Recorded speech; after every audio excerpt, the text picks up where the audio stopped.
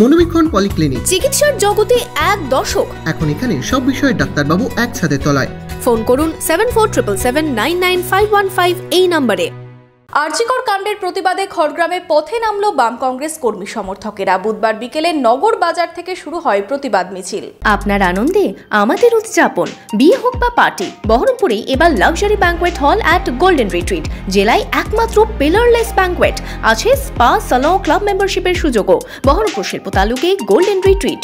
এবার আরজিকর কাণ্ডের প্রতিবাদে রাস্তায় নেমে প্রতিবাদ মিছিল করল খড়গ্রামের বাম কংগ্রেস।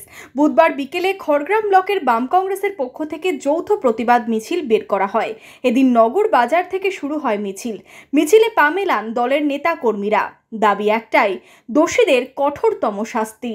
গোটা রাজ্য জুড়ে যেভাবে আমাদের বাম কংগ্রেস সহ সমস্ত নাগরিক মানুষ পথে নেমেছে, আমরা সেই অন্যায়ের বিরুদ্ধে খড়গ্রাম ব্লকে বাম কংগ্রেস যৌথভাবে আজকে এই মিছিল আমরা সংগঠিত করছি।